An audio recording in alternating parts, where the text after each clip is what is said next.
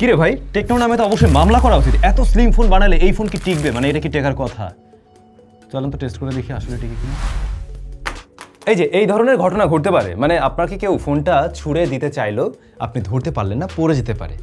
মূলত আমরা আজকে যে টেস্টটা করব এটা হচ্ছে গিয়ে রেগুলার লাইফে যা হতে পারে সেভাবে, জাস্ট নর্মালি আমি এভাবে ফেলাচ্ছি, বারবার আছড়াচ্ছি, ওইভাবে টেস্ট না করে বরং আমরা রেগুলার লাইফে যেটা হতে পারে সেভাবে টেস্ট করবো। বাই দ্য ওয়ে, আমি নিচে যে ফেললাম, নিচে কিন্তু কার্পেট ছিল, কার্পেটের উপরে পড়লে অনেক ফোনেই টিকে যেতে পারে।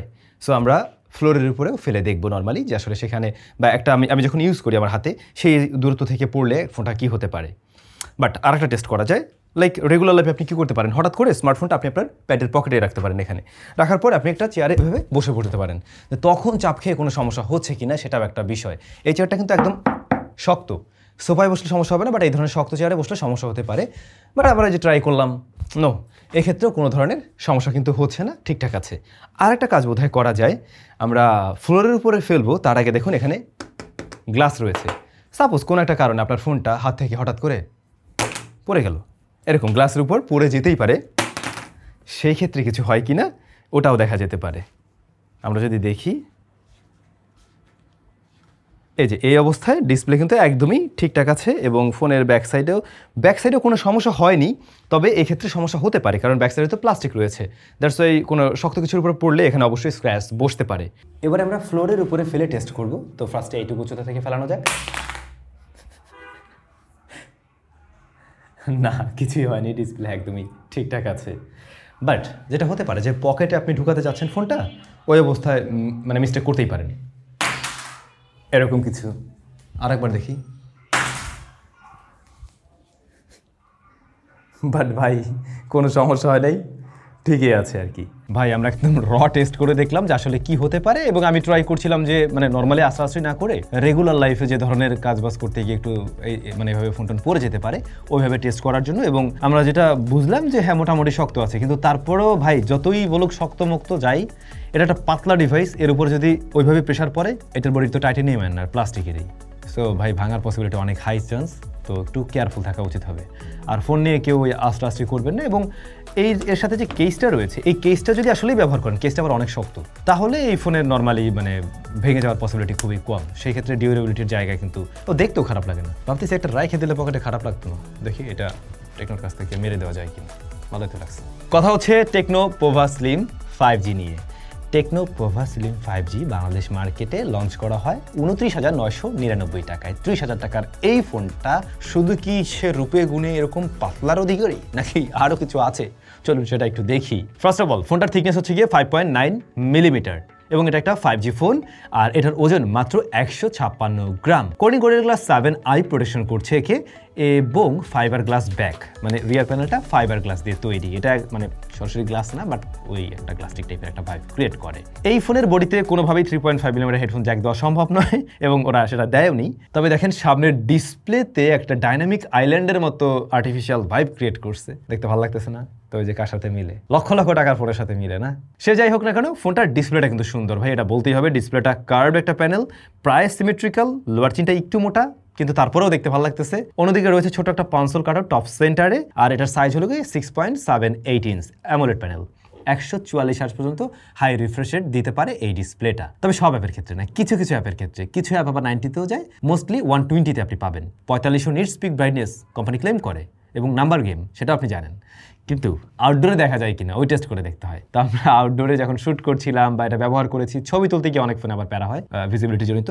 না, সেরকম কোনো সমস্যা নেই, আপনি দেখতে পাবেন ঠিকভাবে। টাচ রেসপন্স ঠিক আছে, এবং কালার রিপ্রোডাকশন খুবই পপড আপ, ন্যাচারাল কালার এটা দিচ্ছে না। আপনি যদি মনে করে থাকেন ডিসপ্লেটা কালার একুরেট, নো, ডিসপ্লেটার কালারটা বেশ ভাইব্রেন্ট, দেখতে ভালো লাগে, আই প্লেজিং টাইপের।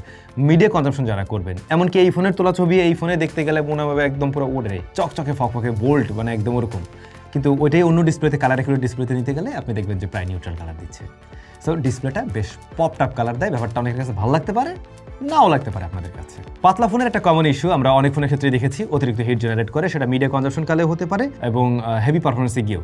তো এইটার ক্ষেত্রে আমরা ভিডিও যখন দেখছিলাম এবং লং টাইম চালিয়ে দেখা হয়েছে, না সেরকম গরম হয় না। ভিডিও দেখতে গেলে এটা যতটুকু গরম হয় এটা আপনার হাতেও লাগবে না, ওরকম কিছুই না। মজার ব্যাপার হচ্ছে এই স্মার্টফোনটার এখানে কিন্তু মোড লাইট রয়েছে। হ্যাঁ, মোড লাইটের ব্যাপারটা হচ্ছে ও আপনাকে ডিটেক্ট করতে পারবে যে আসলে আপনার মুড কেমন আছে। সেইভাবে ও লাইটগুলো জ্বালাবে। লাইক আপনি খুব হ্যাপি মুডে আছেন আর কি এরকম, তখন ও হাসি খুশি একটা চেহারা দেখাবে লাইটের মাধ্যমে, ওরকম একটা মানে অ্যানিমেশন দেওয়ার ট্রাই করে। আবার যখন কিনা আপনি স্যাড মুডে আছেন বা একটু রাগান্বিত হয়ে আছেন, তখন একটা স্যাড ইমোজি দেওয়ার মতো ট্রাই করে। ইমোজি ঠিক না, মানে লাইটগুলো দিয়ে ওরকম একটা ইফেক্ট দেওয়ার ট্রাই করে। এখন প্রশ্ন থাকতে পারে এটা কীভাবে ডিটেক্ট করে? ধরুন আপনি স্যাড গান শুনতে থাকেন, সেই ক্ষেত্রে বুঝে নেবে যে আমার ওস্তাদের মনে হয় মন টন খারাপ, আমি একটু এইভাবে লাইট জ্বালাই। এটা আসলে ও কয়েকদিন আপনাকে মানে এইভাবে করবে, নিজেকে ট্রেন্ড করবে, আপনার প্যাটার্নটাকেও ফলো করার ট্রাই করবে, তারপরে এই লাইটগুলোকে আর কি হবে। এটা সবসময় একদম খুব পারফেক্টলি হয় যায় এমন না, বাট মানে তাও একটা নতুন কিছু করার ট্রাই করছে আর কি। ক্যামেরাতে যাই আপাতত দুইটা ক্যামেরা রয়েছে, দুই পাশে 50 মেগাপিক্সেলের মেইন শুটার, এই পাশে 2 megapixel ultra shooter.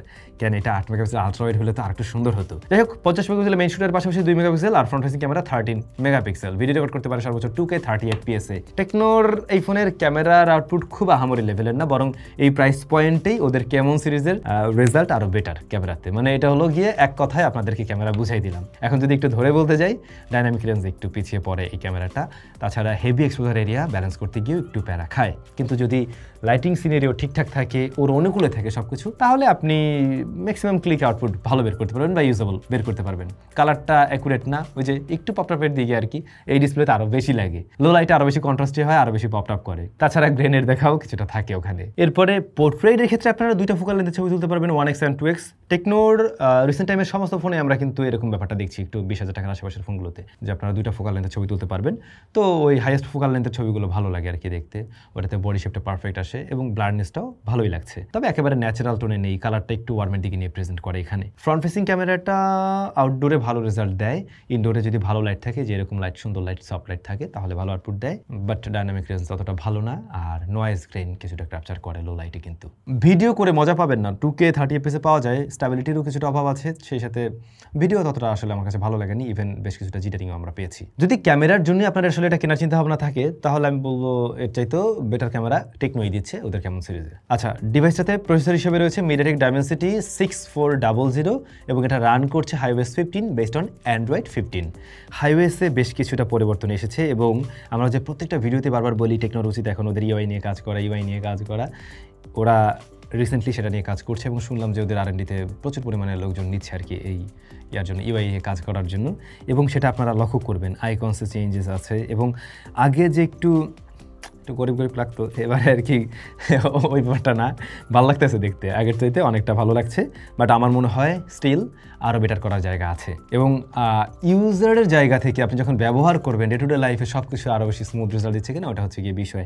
By the way, এই ফোনটাতে কিন্তু 1 বছরের মেজর আপডেট পাওয়া যাবে এবং 3 বছরের সিকিউরিটি আপডেট পাওয়া যাবে। আর এটা বাংলাদেশে শুধুমাত্র একটি ভ্যারিয়েন্টে আপনারা পাবেন, 8/256 জিবিতেই। আচ্ছা, এটার যে চিপটা রয়েছে MediaTek Dimensity 6400+, হ্যাঁ, ওটার সাথে যদি আমরা Z200-কে কম্পেয়ার করতে চাই, তাহলে দেখুন পারফরমেন্স ওয়াইজ কম্পেয়ার করা যেতে পারে, প্রায় সিমিলার টাইপের একটা পারফরমেন্স আপনি ডেলিভার করতে দেখবেন ঠিকই। তবে 4G আর 5G-কে পাশাপাশি কম্পেয়ার করার যৌক্তিকতা নেই, দুই জিনিস টোটালি। এবং দুইটার ক্ষেত্রে আসলে যখন কিনা ডাইমেনসিটি বা 5G কোনো একটা চিপ ব্যবহার করতে হয় যে কোনো ফোনকে, সেখানে 5G ব্যান্ড থেকে শুরু করে আরও বিভিন্ন কস্টিং অ্যাড হয়। সো আমাকে যদি বলেন কম্পেয়ার করতে Z200-এর সাথে, তাহলে আমি এটাকে ডেফিনেটলি কিছুটা এগিয়ে রাখবো। দেখুন, এখন ফোনটা নতুন, আমাদের কাছে আছে সর্বোচ্চ গেলে 15 দিন, 10-15 দিন। তো এই অবস্থায় একটা ফোনে আমরা সর্বোচ্চ লোডটা দিতে পারি না। মানে আমরা হয়তো বিভিন্ন ভারী অ্যাপ্লিকেশনগুলো ডাউনলোড করে নিয়ে টেস্ট করছি, বাট আপনি যখন রেগুলার লাইফে ব্যবহার করবেন, অনেক ক্যাশ জমা হবে, অনেক স্টোরেজ আটকে খেয়ে ফেলবেন আপনি, অনেক কিছু মানে থাকবে, তখন গিয়ে ফোনটা কেমন রেজাল্ট দেয় সেটা একটা বিষয় আর কি। তো এখন পর্যন্ত আমরা দেখছি খুব ভালো রান করছে এটা, অ্যাপ ওপেন ক্লোজ টাইমও বেশ ফাস্টার আছে, ডে টু ডে লাইফের কাজগুলো সামলাতে খুব সহজেই সামলাতে পারছে এবং নর্মালি ইউজেসে তেমন একটা গরমও হচ্ছে না। বাট আপনি যখন কিনা মাল্টিটাস্কিংয়ে বেশ কিছু অ্যাপ নিয়ে কাজ করতে যাচ্ছেন, আবার আপনি একটু গেমিং করার চিন্তা ভাবনা করছেন, তখন কিন্তু এই ফোনটা গরম হয় এবং গরমটা কিন্তু ডিসপ্লের পাশেও আসে, মানে সামনের পাশটাতেও হিটটা জেনারেট করে কিছুটা। তো এই ফোনটা দিয়ে আপনি যদি চিন্তা করেন হেভি গেমিং করবেন, ওই আশা না করা ভালো। আপনি টুকটাক গেম খেলতে পারেন, সময় কাটাতে পারেন, সেটুকু ঠিক আছে। যারা আসলে খুবই স্টাইলিশ গুড লুকিং একটা ডিভাইস খুঁজছেন, মেইন পারপাস কথা বলা, সোশ্যাল মিডিয়া হ্যান্ডেলিং, ভিডিও দেখা আর ফ্লেক্স নেওয়া, লাখ টাকার ফোনের মতো একটা ফ্লেক্স নেবেন 30,000-এ, তাদের জন্য। স্পিকার কমতি, স্পিকার একে তো ফোন পাতলা, তার উপরে সিঙ্গেল স্পিকার, সাউন্ড কোয়ালিটিতে খুব একটা মজা পাবেন না। ইয়ারফোন দিয়ে ব্যবহার করে গান টান শুনিয়েন, মুভি টুভি দেখিয়েন, ওটা ভালো লাগবে। এটাতে আন্ডার ডিসপ্লে ফিঙ্গারপ্রিন্ট স্ক্যানার রয়েছে, পজিশন একদম নিচে না, মোটামুটি এটা ফাস্ট একুরেট আছে। 5160 mAh এর ব্যাটারি রয়েছে এর মাঝে। এরকম পাতলা ফোনের মাঝে 5160 mAh এর ব্যাটারি অ্যান্ড 45 ওয়াটের চার্জিং সিস্টেম বক্সে পেয়ে যাচ্ছেন। সুতরাং কেউ আপনাকে এসে বলতে পারবে না, কি রে পাতলা ফোন ব্যবহার করো, তোর তো ফোনে অনলি 3000 mAh এর আশেপাশে হবে ব্যাটারি। না রে, 5160 mAh সিলিকন কার্বনই হবে এটা। সব বুঝতেই পারছেন, ব্যাকআপও ভালো পাওয়া যাবে, একদিন প্লাস টাইম ইজিলি ব্যবহার করা যাচ্ছে। ভাই techno Pova slim totally unique একটা ডিভাইস, মানে এটাকে কেউ বিট করতে পারবে না এই প্রাইস পয়েন্টে। কারণ হচ্ছে ফার্স্ট অফ অল এটা টাইপটাই আলাদা, রেগুলার স্মার্টফোনের মতো না। এটা সুপার স্লিম একটা ডিভাইস, আবার নিয়ে আসছে 5G, তার উপরে কার্ভ প্যানেল আছে, সব কিছু মিলে এটা টোটালি ইউনিক একটা ডিভাইস। সবার জন্য না, সেটাও আশা করছি আপনি ক্লিয়ার। রাফ অ্যান্ড টাফ যদি ইউজার হয়ে থাকেন, যতই আমি ওই ফ্যালাইটেলে টেস্ট করি, বাট আসল জায়গায় গেলে দেখবেন যে মানে সময় মতো চাপ লেগে ভেঙে যেতে পারে। এটা কিন্তু খুব লজিক্যাল, কারণ যত শক্তই হোক পাতলা জিনিসটা কিন্তু ওইভাবে প্রেশার নেবে না। আবার অনেক সময় আছে জিনিসটা অনেক মোটা কিন্তু খুব বেশি শক্ত না, তারপরেও স্টিল ওইটা আরও বেশি প্রেশার নিতে পারে, থিকনেসের একটা ব্যাপার থাকে। তো সেই জায়গা থেকে আপনাকে একটু সতর্ক থাকাই উচিত। এইবারে আপনাদের কোশ্চেন, যেটা আমারও প্রশ্ন, যে ভাই এই ফোনটা ইন্ডিয়াতে তো লঞ্চ করা হয়েছে 20,000 RS-এ, তো বাংলাদেশে 30,000 হয়ে গেল, ব্যাপারটা কেমন হলো না? এমনটা মনে হয়। বাট এখানে একটু মানে কয়েকটা বিষয় আছে। ফার্স্ট অফ অল, ইন্ডিয়াতে যেটা লঞ্চ করা হয়েছে ওটা হলো গিয়ে 8/128GB, এটা হচ্ছে 8/256GB। আমরা যদি 20,000 RS-কে বাংলা টাকায় কনভার্ট করি, সেক্ষেত্রেও 27-28 এর আশেপাশে গিয়ে চলে যায়। সো আই হোপ বুঝতে পারছেন ঘটনাটা কি। স্টিল টেকনো যদি বাংলাদেশের জন্য আরও একটা স্পেশাল প্রাইজে নিয়ে আসতে পারতো, তাহলে সেটা অবশ্যই গুড ডিল হতো। এখন আমাদের কাছে আসলে পরে সবসময় একটু এরকম বেশি বেশি হয়ে যায় ক্লিয়ার করা। আপনাদের কাছে টেকনো পোভা স্লিম আসলে কেমন লাগলো? আমি কিন্তু বোথ সাইড একদম সুন্দর করে ক্লিয়ার করে দিলাম যে ভাই কি কি সমস্যা হইতে পারে, কোন জায়গায় ভালো আছে, কোন জায়গায় কমতি আছে। আসলে আপনি ক্লিয়ার। আপনাদের কেমন লাগছে এবার আপনারা ক্লিয়ার করে বলেন। সব ভালো থাকুন, দেখা হচ্ছে নতুন ভিডিওতে।